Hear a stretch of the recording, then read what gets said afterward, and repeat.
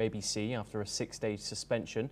The show was pulled due to comments Kimmel made about the assassination of conservative activist Charlie Kirk, which drew threats of a Federal Communications Commission investigation and public backlash. Disney, ABC's parent company, initially halted production to avoid further inflaming the tense situation, calling Kimmel's remarks ill-timed and insensitive. As stated by Disney in their official announcement, the suspension came after FCC Chairman Brendan Carr's threats of fines and license revocations following Kimmel's comments about Kirk's murder. Conservative figures, including Senator Ted Cruz, criticized the FCC's stance, while consumers pressured Disney with a boycott, spiking cancellations of Disney Plus subscriptions. Despite external pressures, Disney's decision to bring Kimmel back was seen as business-driven, and Kimmel may address the issues when his show resumes. We are now joined by Ross Feingold. He is a political analyst and he joins us live from Taipei, Taiwan.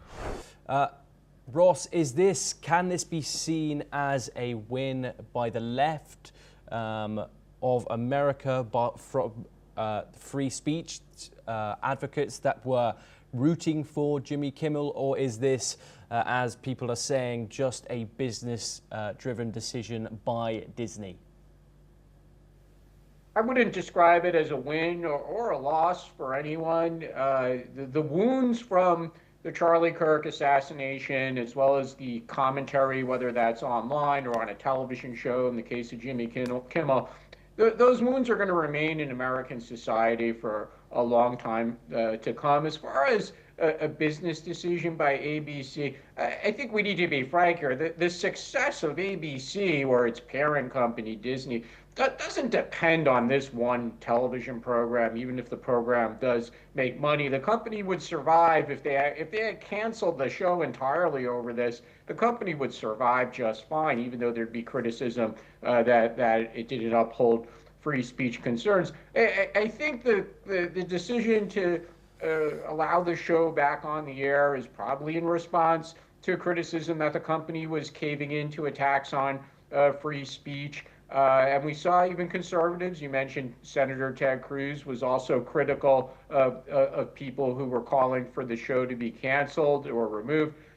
because there is a legitimate free speech concern involved here. But as far as your final point about addressing it when it comes back on the air, I would expect Kimmel to apologize. Now, keep in mind, Kimmel's long been a critic of conservatives and of President Trump, so I don't think that was a significant part of his audience anyway. They didn't watch the show. They're not going to watch the show going forward. But again, I'm sure he'll start off the show with a profuse apology.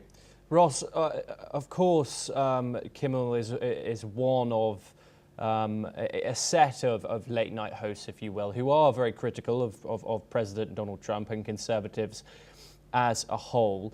Do you see the FCC acting differently, however, towards situations like this, if they do play out in the same way again?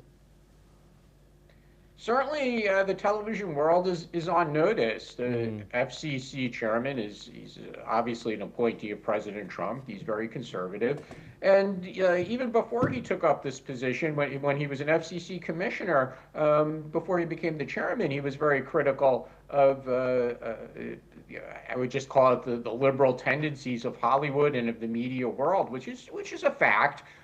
Media in Hollywood do tend to trend liberal. So he's been an open critic of this. So I think network televisions, the big networks like ABC, CBS, and NBC, they're obviously on notice that government is watching. And if there are potential legal violations, if there is a basis in law and regulation for the FCC to take action, they very well might.